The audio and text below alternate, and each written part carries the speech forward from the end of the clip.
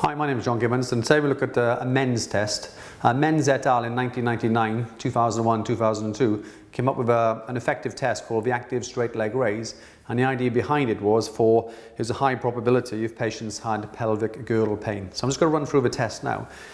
We simply ask a patient to alternate between lifting the left leg and the right leg, and the patient will lift up the leg 2 inches or so from the couch, and the same on the opposite side, and it'll repeat 3 or 4 times.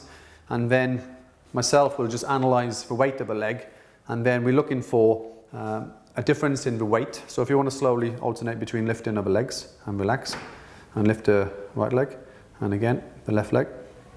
You might notice that the left one seems slightly heavier to lift. Does the left one is heavier? It feels heavier. So the left side is heavier. Okay, so we'll go with that side just for a moment.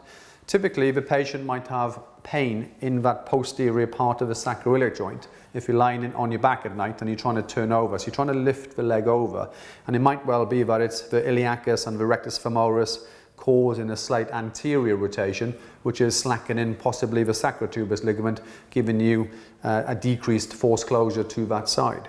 So what we're going to do now is give the patient some force closure. We're going to start by using the posterior oblique sling, which is the lats and the thoracolumbar fascia and the gluteus maximus on that side. If I ask you to slowly pull your arm into the side, please, and then now slowly lift the leg, it should feel lighter, and it'll probably, if you have pain, it might even reduce the pain. So if that's an effective test procedure, then we know that if we give a patient a posterior oblique sling exercise, it might actually reduce part of the pain. The second one we're going to do is using the shoulder. The person is going to do a curl, so they're going to use the anterior oblique sling, which is the adductors, the ipsilateral abdominals with the contralateral abdominal, as in the obliques, and it works into the serratus on the opposite side. If I get you to slowly push on that right side and lift your leg, and that should also feel lighter as well. Yeah? Yep. Yep. Now the third one is activation of the transverse abdominus. The TVA co-contracts with the multifidus, and the multifidus has a sort of connection onto the sacrotuberous, increasing the force closure. So if you can activate the TVA, please, yeah, and breathe normally, and then slowly lift your leg. Is it easier? Yeah. Okay, so we know that Pilates type of exercises might actually reduce the pain or the instability on that left side. The fourth component is where we encourage posterior innominate rotation, which encourages contralateral anterior innominate rotation. So the leg might actually feel heavier when we do this particular movement.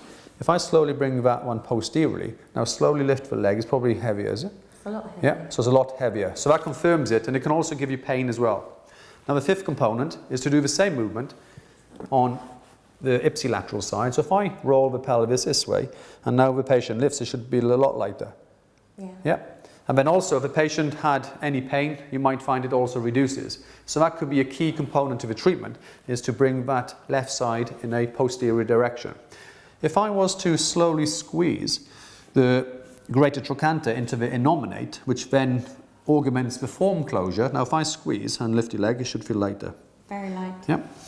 So by doing that, that takes the role of a pelvic, like sacroiliac joint belt, and that could actually reduce the pain. So for some patients where the treatment might not be very effective, we could use a SIJ belt to try to reduce the patient's symptoms, and this is known as the MENS active straight leg raise test.